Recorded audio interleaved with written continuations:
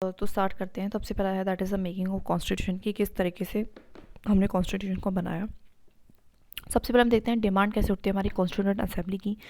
सबसे पहले person M.N.. रो हैं जो डिमांड करते हैं कॉन्स्टिट्यूंट असेंबली को हमें ज़रूरत है कि उसको आप इस्टेब्लिश कराओ।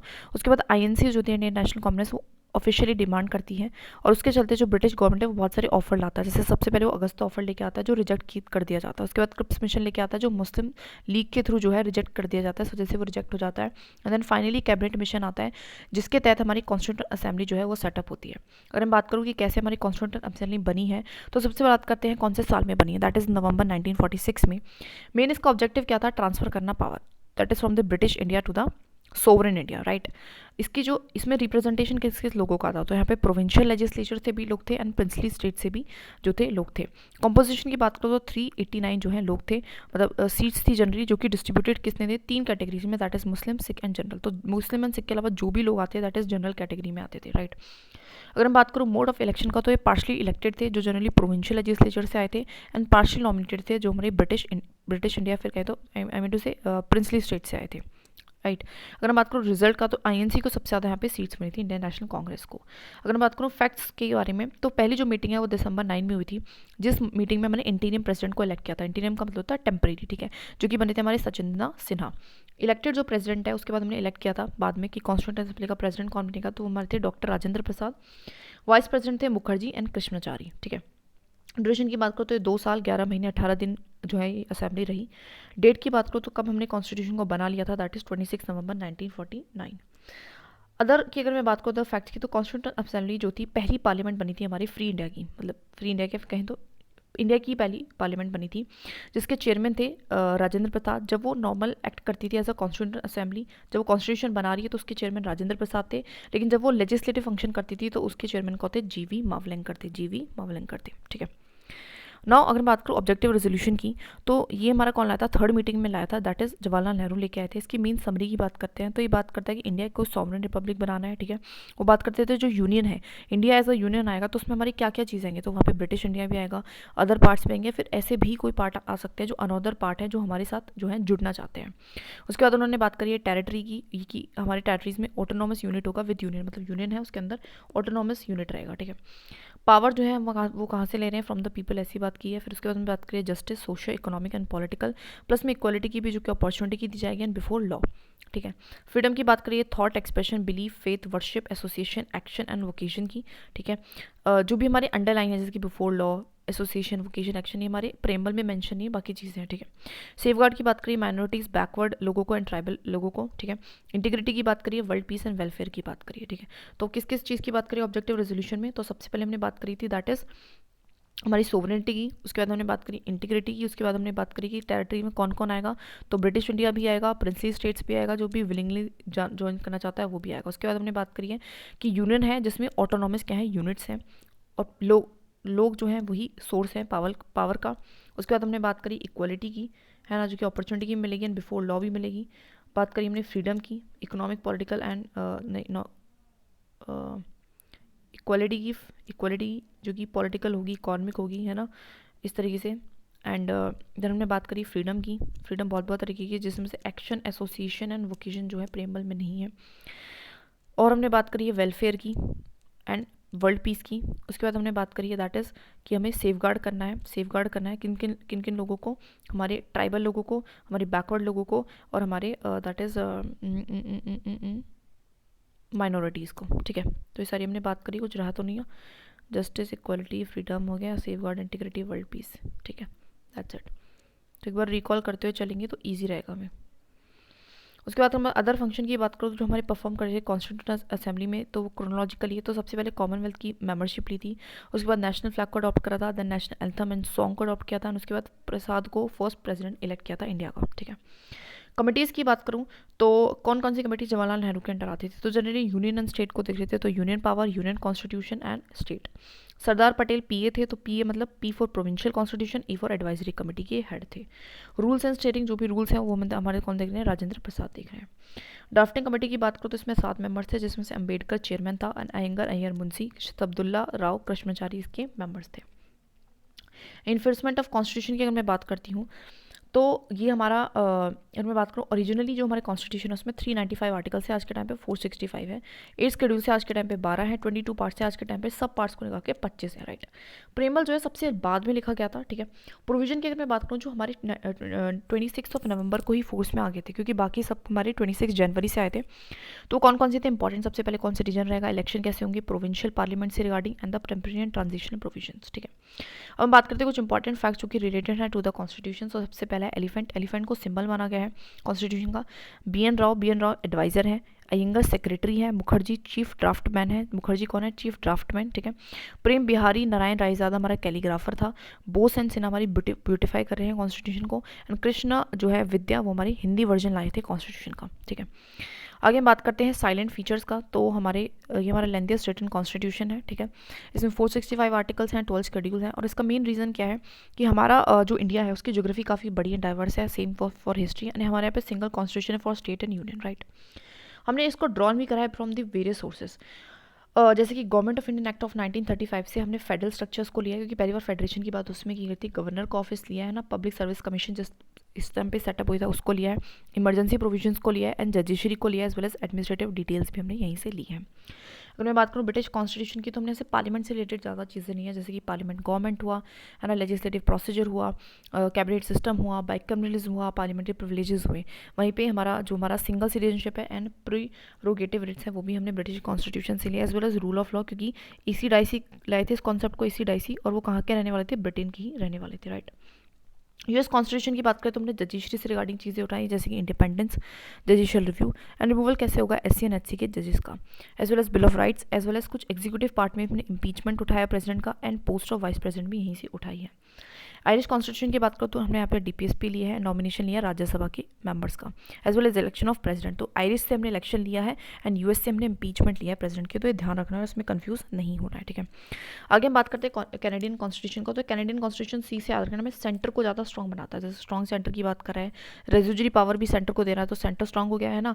गवर्नर कौन है, गवर्नर जो है वो उनकी अपॉइंटमेंट सेंटर करा, तो वो भी सेंटर को पावर देना हो गया है। And advisory jurisdiction of supreme court, ये कौन ले सकता है, प्रेसिडेंट। प्रेसिडेंट भी क्या है, सेंटर का ही पार्ट है, तो इस तरीके से। ऑस्ट्रेलियन की बात करो तो बीच की बात करता है, जैसे कि कॉन्करेंट लिस्ट की बात करेगा, जॉइंट सेटिंग की बात करे, बीच का रास्ता है ना। एंड ट्रेड एंड कॉमर्स जो भी दो लोगों के बीच में हो रहा है, तो वो बीच की चीज़ है, राइट। वेमर की बात करो तो इमरजेंसी का हमने लिया कि इमरजेंसी के टाइम पे सस्पेंशन हो जाएगा फंडामेंटल राइट का। देखो वेमर मतलब जर्मनी से याद रखना हिटलर, और हिटलर ही क्या करता था, सस्पेंड करता था लोगों की राइट्स को। सोवियत यूनियन की बात करो तो वहाँ से हमने जस्टिस एंड फंडामेंटल ड्यूटीज़ ली है, ठीक है।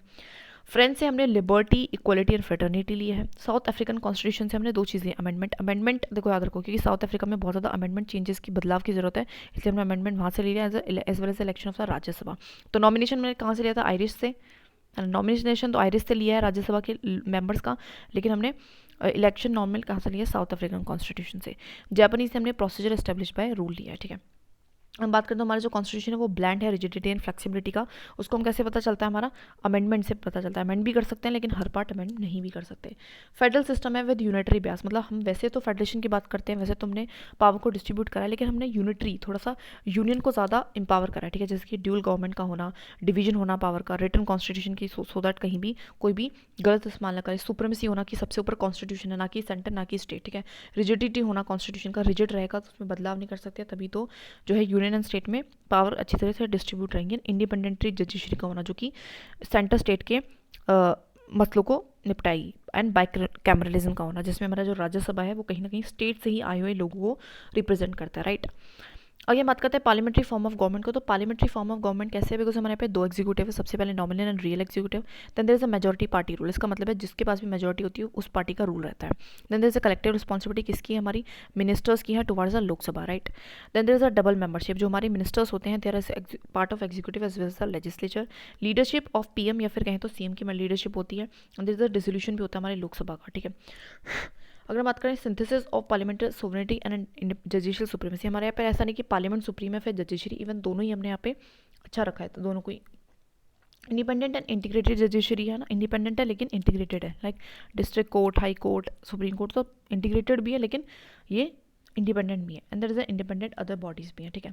अगर हम बात करते हैं शेड्यूल्स की, तो हमने इसको याद करने का तरीका था टीयर्स ऑफ ओल्ड पीएम। तो T4 हम बात करते हैं टेरिटरीज की। तो पहले शेड्यूल में हमने बात करा है कि कौन कौन सी टेरिटरीज होंगी, कौन कौन सी स्टेट्स होंगी, कौन कौन सी यूनियन टेरिटरीज होंगी, उनका नाम क्या होगा, उनकी जुरिस्डिक्शन मतलब उनकी एरिया क्या होंगी, उनकी बाउंड्री क्या होंगी, ठीक है।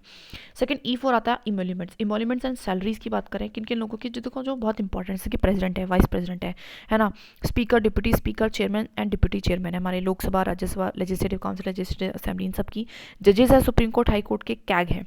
तो इन सब की हमने इमोल्यूमेंट्स एंड सैलरीज की बात करी है, ठीक है। अफर्मेशन के में बात करूँ ए टीयर्स, ए फॉर अफर्मेशन कौन कौन लेगा, देखो जो जिनसे हमें रिस्पॉन्सिबल बनाना है, तो मिनिस्टर्स को बनाना है, एमएलए एमपीज एमएलसीज को बनाना है ना, जो भी इलेक्शन में कंटेस्टेंट खड़ा हो रहा है उसको रिस्पॉन्सिबल बनाना है, जजेस को बनाना है, हाई कोर्ट एंड कैग को बनाना है, ठीक है। ना हम बात करते हैं राज्यसभा की सीट्स का। तो basically fourth R4 T ours तो R4 राज्यसभा। तो राज्यसभा की हमने सीट्स के बारे में बात करा है, ठीक है। एंड जो कि बात करता है हमारे कि किस स्टेट को कितनी यूटी को किस हिसाब से कितनी सीट्स मिलेंगी, right. Then S4 scheduled areas and tribes की हमने बात करी कि उनका एडमिनिस्ट्रेशन किस तरीके से होगा, ठीक है। तो TEARS हमारा पूरा हो गया, territory, emoluments, affirmation, R4 Rajya Sabha, S4 scheduled areas. Now there is a of old PM, TS of old PM. So O for other tribal areas. तो और कौन से ट्राइबल एरियाज हैं जो अदर हैं इसके अलावा है, that is AMTM, that is Assam, Meghalaya, Tripura and Mizoram. इसका एडमिनिस्ट्रेशन कैसे होगा। F फॉर फेडरलिज्म, हमने फेडरलिज्म की बात करी, यहाँ पे 3 लिस्ट की बात करिए कि यूनियन लिस्ट, कॉन्करेंट लिस्ट होगी, स्टेट लिस्ट होगी, उसमें पावर का डिवीजन बताया। Old for O for official language है, ऑफिशियल लैंग्वेज जो कि 22 है हमारी कॉन्स्टिट्यूशन में। लेटर हमने जो बाद में ऐड करी है, दीज आर नेपाली है ना, नेपाली है, मणिपुरी है, सेंथली है, मैथिली है, कोंकणी है, बोडो है, सिंधी है, डोगरी है। तो ये सारी हमारी लैंग्वेजेस जो हमने बाद में ऐड करी है। उसके बाद L फॉर लैंड रिफॉर्म्स। तो लैंड रिफॉर्म से रिगार्डिंग जो भी एंड अदर जो भी मैटर्स थे वो जो कि हमने 9th शेड्यूल में रखे हैं, जो कि हमारे फर्स्ट कॉन्स्टिट्यूशनल अमेंडमेंट एक्ट के थ्रू हमने ये जो शेड्यूल है ऐड किया था। ये बेसिकली क्या कहता है कि जो भी ऐसे लॉज हैं जो कि कॉन्ट्राडिक्ट करते हैं फंडामेंटल राइट्स को, वो वॉइड नहीं होंगे, वो क्या होंगे, वॉइड नहीं होंगे, ठीक है। और ये किस लिए क्या कहता है, क्योंकि हमें लैंड रिफॉर्म्स ला के जो भी हमारी दैट इज़ एक डिफरेंसेस था, सोशल इनक्वालिटीज़ को कम करने के लिए हमने ऐसा किया था। इस पर जजुडिशियल रिव्यू ऑफ कोर्स हो सकता है, और ये कौन लेके आया था, जवाहरलाल नेहरू लेके आया था, right. D for anti defection जो हमारा दैट इज़, ठीक है। तो D for defection law, that is anti defection law, जो कि हमारे 10th शेड्यूल में और जो कि हम 52nd कॉन्स्टिट्यूशनल अमेंडमेंट एक्ट से लाए थे। Then P for panchayat, M for municipalities. Panchayat में 29 मैटर्स हैं, सब्जेक्ट्स हैं, यहीं पे इसमें 18 है, देखो 2 9, तो 9 से कम 1 8, 1 से कम 1, 2 से कम 1 8। तो ये 73rd से आया था और 74th कॉन्स्टिट्यूशनल अमेंडमेंट एक्ट से आया था। नाउ बात कर लेते हैं प्रेम्बल की। तो बेसिकली प्रेम्बल जो है ये ओवरऑल फिलोसफी बताता है हमारी जो भी कॉन्स्टिट्यूशन मेकर थे। इसको हमने कहाँ से लिया, यूएस कॉन्स्टिट्यूशन से लिया। इसका ये बेस्ड है हमारे ऑब्जेक्टिव रेजोल्यूशन पे, मतलब कहीं ना कहीं ऐसा माना जाता है कि प्रेम्बल हमारे ऑब्जेक्टिव रेजोल्यूशन पे ही बेस्ड ऑन है। इसको एक बार अमेंडमेंट किया गया 42nd अमेंडमेंट से, और इसमें 3 वर्ड्स को ऐड किया गया था, जैसे सोशलिस्ट, सेक्युलर एंड इंटीग्रिटी। ये ना ही तो सोर्स ऑफ पावर है, ना ही तो किसी को पावर दे रहा है, और ना ही किसी की पावर को कम करता है, ठीक है। और ये नॉन जस्टिसेबल पार्ट है, मतलब इसके मतलब ऐसा नहीं कि जो भी इसमें लिखा गया है वो एकदम जाके इंप्लीमेंट होगा, ठीक है। अगर हम बात करें कंपोनेंट्स का, तो ये सबसे पहले बताता है कि सोर्स कौन है अथॉरिटी का, मतलब कहाँ से पावर आ रही है, तो लोगों से पावर आ रही है, ठीक है। ये नेचर का बताता है, that is sovereign, socialist, secular, democratic and republic है। ऑब्जेक्टिव का बताता है justice, liberty, equality and fraternity के through. And date of adoption बताता है कि कब हम इस कॉन्स्टिट्यूशन को अडॉप्ट करें, दैट इज 26 नवंबर 1949। अब सबसे पहले हम बात करते हैं सोवरन का। तो सोवरन का मतलब होता है पीपल हैव सुप्रीम पावर, कि सबसे ऊपर लोग हैं, लोगों के ऊपर कोई नहीं है। नो एक्सटर्नल पावर, और कोई भी बाहर की पावर का हमारे ऊपर कोई भी हक नहीं रहेगा। तो इसी वजह से हम एक्वायर भी कर सकते हैं किसी टेरिटरी को, और गिव अप भी कर सकते हैं अपनी जगह को। सोशलिस्ट का मतलब होता है वेल्थ को शेयर करना है, हमें जो इनक्वालिटीज़ है उसको कम करना है, हमें जो दैट इज़ जो पैसा इकट्ठा हो रहा है उसको नहीं होने दिया, वेल्थ को हमने एक्यूमुलेट नहीं होने दिया। गवर्नमेंट इस चीज़ को रेगुलेट करती है, और एक बेसिकली उनका मेन पर्पस क्या होता है, सोशियो इकोनॉमिक जो भी इनक्वालिटीज़ है उनको कम करना। और हम कैसे तरीका अपनाते हैं, दैट इज डेमोक्रेटिक सोशलिस्ट। उसका मतलब है मिक्स सेक्टर को यूज़ करते हैं, जहाँ पे प्राइवेट भी अपना काम कर रहे हैं, पब्लिक भी अपना काम कर रहे हैं, ठीक है। आगे बात करते हैं सेक्युलर का। तो सेक्युलर का मतलब होता है फ्रीडम होना रिलीजन का, कोई भी ना ऑफिशियल लैंग्वेज का होना, मतलब किसी एक रिलीजन को प्रमोट नहीं करना। तो गवर्नमेंट जो क्या करती है वो इक्वली रिस्पेक्ट करती है, इक्वल ट्रीटमेंट देती है सारे रिलीजन्स को, ठीक है। बेसिकली ये 2 टाइप का होता है। एक तो होता है नेगेटिव कॉन्सेप्ट जो हमारे वेस्टर्न साइड पे फॉलो करते हैं, जिसमें स्ट्रिक्ट सेपरेशन होती है, ना ही तो गवर्नमेंट को कुछ रिलीजन से लेना है, ठीक है, और ना ही रिलीजन को कुछ गवर्नमेंट से लेना है, ठीक है। वहीं पे एक पॉजिटिव कॉन्सेप्ट भी होता है सेकंड, जो कि इंडिया में फॉलो होता है कि यहाँ पे स्टेट न्यूट्रल है, एड दे रही है तो सबको ही दे रही है, रेगुलेट कर रही है तो सबको ही कर रही है, इस तरीके से, ठीक है। आगे हम बात करते हैं हमारे डेमोक्रेटिक का। डेमोक्रेटिक का मतलब है जो इंजॉय करना इक्वल पॉलिटिकल राइट्स, मतलब जिसको इक्वल पॉलिटिकल राइट्स का मिलना, सबको इक्वली पॉलिटिकल राइट्स मिलेंगे तो उसको मतलब है वहाँ पे डेमोक्रेसी है।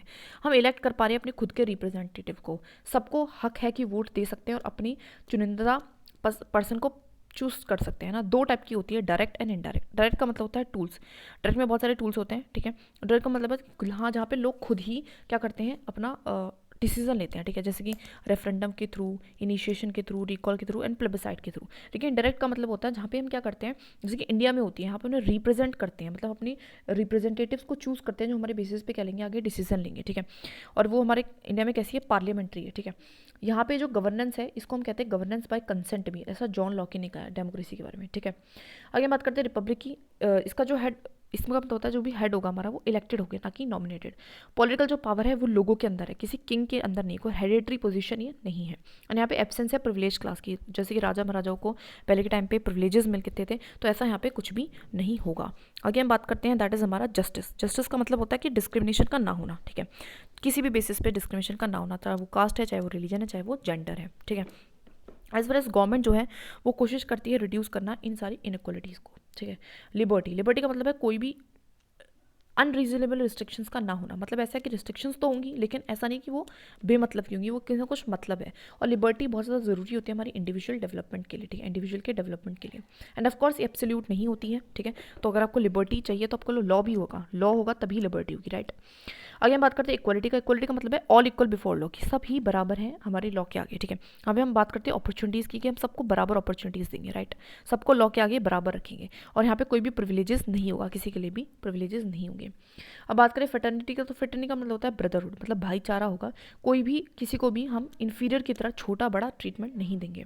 आगे हम बात करते हैं प्रेम्बल क्या पार्ट है हमारे कॉन्स्टिट्यूशन का कि नहीं है।